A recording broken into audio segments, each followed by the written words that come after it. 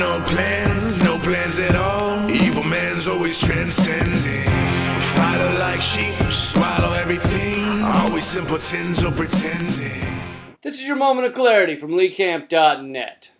What if there were a secret poison you could give politicians that would cause them to lose their elections? The poison would just decimate our democracy. Anytime someone was worried that the good guy might get into office, you could just slip the poison into the politician's rum and coke, sit back, and watch the election go the other way. This secret poison is very real, and it works 94% of the time, making our democracy look like a farce, a mangled wreck, a Super Bowl halftime show, a drug test in the hands of Lance Armstrong, an interview in the hands of David Gregory. I know you're thinking that you know what the poison is, but no, it's not a Twitter pic of a congressman's junk that's gone rogue. No, and it's also not a tell-all written by the babysitter. Nope. The secret, destructive, ruthless poison is simply having less money.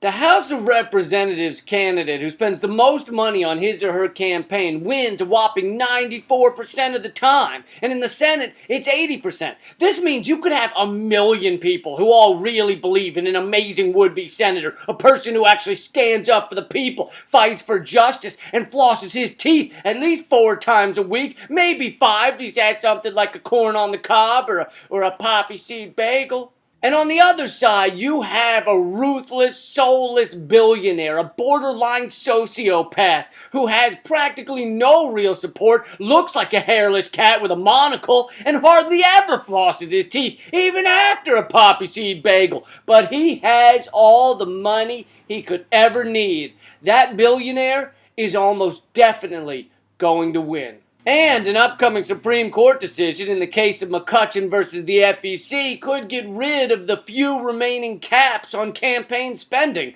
Apparently one of the 25 floodgates for money in politics is still halfway closed, and this is upsetting the filthy rich. Don't you hate when you're trying to purchase a dozen congresspeople and stupid laws only let you buy like 10 of them? It's the worst. I mean, what's the point of having a democracy if only 94% of it is for sale? As you may have noticed, our democratic republic, or what remains of it, is being stripped down, cut up, mashed up, beat up, and sold for scraps. It looks like a marshmallow peep in a microwave. One way the rich have done this is by claiming money is free speech, and therefore the Koch brothers or George Soros or whoever the can spend as much as they want on a candidate. Another step is having the Supreme Court declare corporations are people and therefore they can spend as much as they want. However, there is a grassroots way to stop this. We need a constitutional amendment saying money is not free speech, corporations are not people, and speed walking is not an Olympic sport.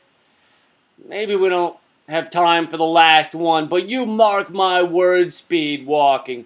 I'm coming for you. A constitutional amendment will make it so that corporations like Monsanto and BP and Halliburton and Girls Gone Wild will not have 1,000,000 times the political power of average Americans. And it's not as hard as it sounds. The last amendment had to do with congressional salary and was passed in 1992. And let's be honest, if they were able to accomplish it then, despite the distraction of Vanilla Ice, then we can do it now.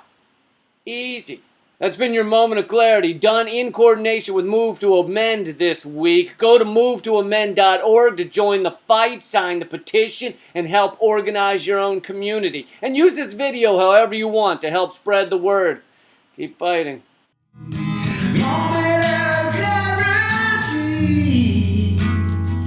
The curtain falls, and you finally see